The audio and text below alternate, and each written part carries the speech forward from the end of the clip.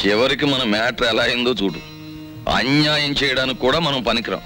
అది పెద్ద పెద్దోళ్ళకే చెల్లింది, మన వల్ల కాదు. బాబాయ్, నా చెల్లెల్ని బతికించుకోవాలని ఆదుర్తాలో తప్పు చేశామేమో అనిపిస్తోంది. ఆ అమ్మాయిని కిడ్నాప్ చేసి 4 గోడల మధ్య పెట్టాం. ఈ విషయం రేపు బయట తెలిస్తే ఆ అమ్మాయి నలుగురిలో నవ్వుల పాలైపోదు. ఈ సమాజం అంతా ఇష్టం వచ్చినట్టు మాట్లాడితే ఆ అమ్మాయి జీవితం ఏమైపోతుంది? ఆ అమ్మాయికి పెళ్ళవుతుందా? అంత బాధ్యతలు మర్చిపోయే వ్యక్తి కాదు ఈ విష్ణుమూర్తి.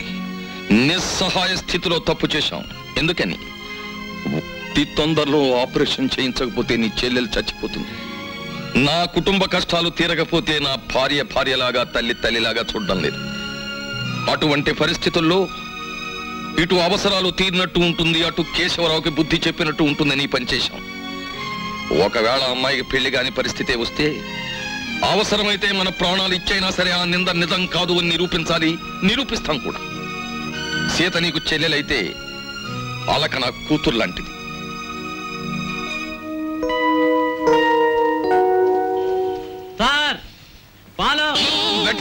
పిలిచింది రెడీ. ఏంటి బెడ్ కాఫీ పిలిచింది? ఎప్పుడు పిలిచింది? పాలని పిలిచింది నేనండే. వస్తున్నాను మేడం. ఇది ఒరిజినల్. ఏమండి రావుల్ గారు, అసలు ఆయన ఎక్కడికి వెళ్ళారో మీతో ఏమైనా చెప్పారా? ఏమోనమ్మా, భద్రాచలం ఎగువ ట్రిప్కి వెళ్ళాడు. లాంచి తిరిగి వచ్చేసింది కానీ ఆయన మాత్రం తిరిగి రాలేదు. రేవులోకి ఎలగచ్చకాయలాగా ఉండేవాడు. రేవు చూడమ్మా, ఆయన లేక ఎలా బోసిపోయిందో. రేవేంటండి, ఇల్లే బోసిపోయినట్టుగా ఉంది.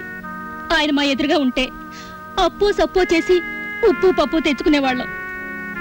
ఏమండి, ఆయన ఎక్కడైనా కనిపిస్తే ఆయన చెప్పినట్టే వింటామని చెప్పండి. ఆయన మా ఎదురుగా ఉంటే చాలు. మనిషి దూరం అయితేనే మనుషులు విలువ తెలిసేది మనుషులకి. ఊరుకోండి మీ సొకండాలంటే. మరి చెప్పే ఒరే, దరికేరా దరికాయ్. హలో, మా గొంతు గుర్తుపట్టలేదా? Black tiger. మళ్ళీ ఏం కావాలి? వడియాలు కావాలి. లేకపోతే ఏంటి, 10 లక్షలు కావాలని ఆల్రెడీ చెప్పాం కదా. నాకు కొంచెం టైం కావాలి. గంటల రోజుల? ఒక వారం. ఒక వారం టైం కావాలట. వారమా? నో, సగమిస్తాం. 3 రోజుల 12 గంటలు. బ్లాక్ టైగర్స్ టైం అంటే టైమే. Black tigers time. ఏమండి, మీ మొండితనం మానేసి తొందరగా ఒక నిర్ణయం తీసుకోండి. మన అమ్మాయి అక్కడ ఉంది. ఏ నిర్ణయం తీసుకోవాలో నాకు బాగా తెలుసు. ఈ నాటకంలో ఉన్న అంతర్నాటకం ఏమిటో తేలుస్తాను చూడు. చెప్పండి, ఈ కిడ్నాపింగ్ అనేది మీరు అలకా కలిసి ఆడుతున్న నాటకం కదా? చెప్పండి, లేకపోతే మీ పెద్దవాడితో చెప్తాను. అంకుల్, ఏదో నోట్ చేసుకొస్తానని సెంట్రల్ బ్రిడ్జ్ దగ్గరికి వెళ్ళింది. ఎవరో 2 మగాళ్ళు వచ్చి తీసుకెళ్లారు. చొరవగా ఉండేటప్పటికి మీ వాళ్ళే అనుకున్నాం. అంతకంటే మాకేం తెలియదు అంకుల్. చూసారా, ఇదంతా పిల్లాడి నాటకం అన్నారు. ఇప్పుడైనా తెలిసిందిగా. వెంటనే వెళ్ళండి. వెళ్ళి వాళ్ళ పిల్లని చంపేయక ముందే వాళ్ళు అడిగిందేదో వాళ్ళ మొహాన్ని పడేయండి. ఎవరికి చెప్పాలో ఏం చెయ్యాలో నాకు బాగా తెలుసు.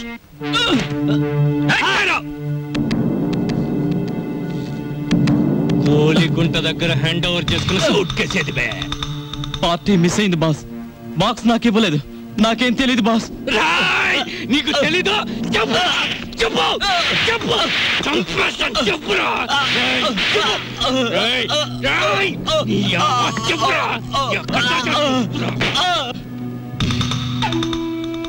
బయటోళ్ళని మర్డర్ చేయటం నాకు లెక్క లేకపోయినా తమ్ముళ్ళంటే నిన్ను మర్డర్ చేసే పరిస్థితి తీసుకురాకు బే. చెప్తారా? చెప్పేస్తాను బాస్. చెప్పు. నేను చేయదు బాస్. సూట్ కేసు నా ముండ మకాలో పెట్టాను బాస్. అదే నాకు ఐడియా ఇచ్చింది బాస్. అదే నాకు ఐడియా ఇచ్చింది. ఎక్కడ్రా నీ ముండిల్లు? ఎక్కడా ఇల్లు? మెరక వీధిలో. టైరో రేయ్, వీటితో పాటు వెళ్ళి ఆ సూట్ కేసు హ్యాండ్ ఓవర్ చేసుకోండి. వాడి ముండ బాడీలో మీకు నచ్చిన పార్ట్ ఒకటి కోసుకొని రండి. అలాగే బాస్. కరీం భాయ్. హలో సాబ్, మీరు వచ్చారా? కబురు పెడితే నేనే వచ్చేవాడిని కదా సాబ్. నేనే వచ్చి చెప్పాల్సిన అవసరం వచ్చింది, అందుకనే వచ్చాను. లోపలికి వెళ్దామా? అట్లనే సాబ్, రండి.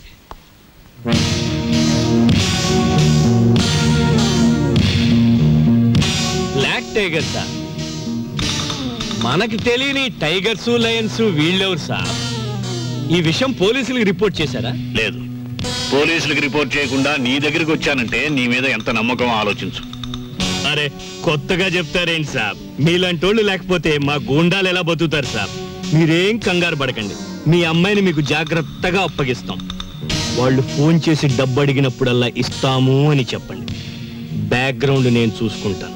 బాస్, అవతల పార్టీని హిట్ చేస్తే చాలా, ఫినిష్ చేసేయమంటారా?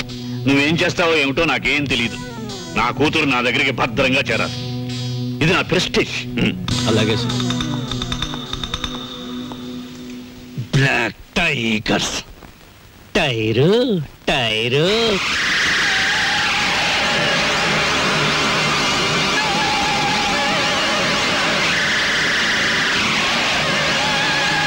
ఓ ప్లేట్ పకోడీ నాయుడు గారికి. రండి మేస్టర్ రండి. కొత్తిమీర బజ్జీ. కొత్తిమీర బజ్జీ ఏమిటి కావాలి పాపా? పూరినేనా? రే 4 ప్లేట్ పూరి పార్సెల్. తినండి, చక్కగా తినండి, ఆనందంగా తినండి. నా జాతక చక్రం ప్రకారం ఈ ఏడాదితో ఏళ్ళనాటి శనిపోయి శుక్రమహర్దశ ప్రారంభమైంది. ఈ వారం అంతా నా ఇంట్లో శుక్రుడు ఉంటాడు, నెక్స్ట్ వీక్ గురుడు ఉంటాడు, ఆ తర్వాత సూర్యుడు ఉంటాడు. కానీ నా హోటల్లోనే ఒక్కడు లేకుండా పోయాడు. ఒరే ఆంజనేయులు, కనిపించని గ్రహాలు కాదురా ఇంట్లో ఉండాల్సింది. సమర్థుడైన మనిషి పక్కనుండాలి. రాంబాబు లాంటి మనిషిని వదులుకోకూడదనే బుద్ధి నీకుండాలి. శీలవతి, నిన్ను వదిలొచ్చాక ఇక్కడ నా మ్యాటర్ ఎలా ఉందో తెలుసా? వాళ్ళలోంచి తప్పించుకుని కూరదాకలో పడ్డ చేప బతుకులాగా ఉంది. కేశవరావుకు ఫోన్ చేద్దామంటే ₹1 బిళ్ళలకు కూడా ఇబ్బంది వచ్చేసింది. ఆర్థిక పరిస్థితి అంత హీనంగా ఉంది. నువ్వు చెప్పుకోవడానికి సంచిలో కనీసం పిన్ని ఫోటో అయినా ఉంది. ఆ కేశవరావు గారు కొంచెం కూడా భయపడడం లేదు. ఏదైనా ఆలోచించకపోతే మన కొంపలు అంటుకుపోయేలా ఉన్నాయి. చెల్లెలి పరిస్థితి ఏమీ అర్థం కావడం లేదు. పైగా డాక్టర్ కూడా కలవమన్నాడంట. తెలుసుకో, మ్యాటర్ ఏంటో తెలుసుకో. నేను బొమ్మనా మనిషినా? Tell me ball. ఎవరంటారమ్మా నువ్వు బొమ్మని? వేళపట్నం భోంచేస్తున్నావు, కంచుకంఠంతో మా మీద విరుచుకుపడుతున్నావు. నిన్ను బొమ్మ అంటే మమ్మల్ని చెప్పు చూకొడతా. ఎందుకు అరుపులు? నాకు బోర్ కొడుతోంది. ఎందుకో? ఎందుకేమిటి? అస్తమాన్ ఇంట్లో కూర్చుంటే నాకు పిచ్చి పడుతోంది. నన్ను అలా అలా బయట తిప్పండి. నా తల్లే సెకండ్ ఒకటి ఎత్తుకుని తిప్పమని లేదు. అలా కూడా అంటుంది. అత్తింటికి వచ్చిన కొత్త పెళ్లి కూతురేవిడా. నోరు మూసుకుని లోపలికి వెళ్ళి కూర్చో. బాబాయ్, నేను హాస్పిటల్కి వెళ్ళి చెల్లిని చూసొస్తాను. ఈ భావని కదలకుండా చూసుకో. భావే కాదు, చీమ కూడా కదలదా. అది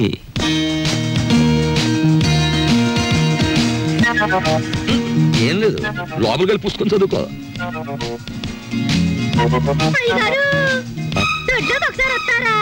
వస్తున్నా. మనకు పని మనిషి ఎక్కడ ఉంది? పక్కింటావిడ అయ్యుంటా.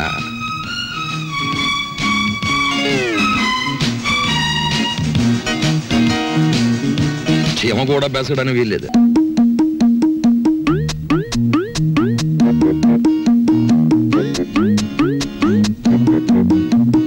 ఏమైపోయిందా అమ్మాయి? కొంపదీసి ఇంటికి చెక్కేసిందా లేక పోలీస్ స్టేషన్కి వెళ్ళి రిపోర్ట్ ఇచ్చేసిందా? బాబాయ్, ఏం బాబాయ్ ఏంటి కంగారుకున్నా?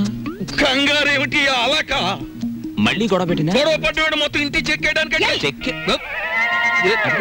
ఇదిగో నువ్వే కంగారు పడుకో, ఇక్కడ ఉంది. నేను కంగారు పడ్డమే. నా ఈవినింగ్ కాఫీ ఎక్కడ? బయటకి ఎలాగో తీసుకెళ్లరు, లోపల ఏదో పెట్టపోతే ఎలాగా? వచ్చాడుగా, వంట చేసి పెడతాడు. ఆ డ్యూటీ ఆయింది, మంద కాదు. ముझे मेरा कॉफी अभी इसी वक्त चाहिए. ఈ హిందీ కొంత ఎక్కడో విన్నట్టుంది. ఇక్కడే వినుంటాను.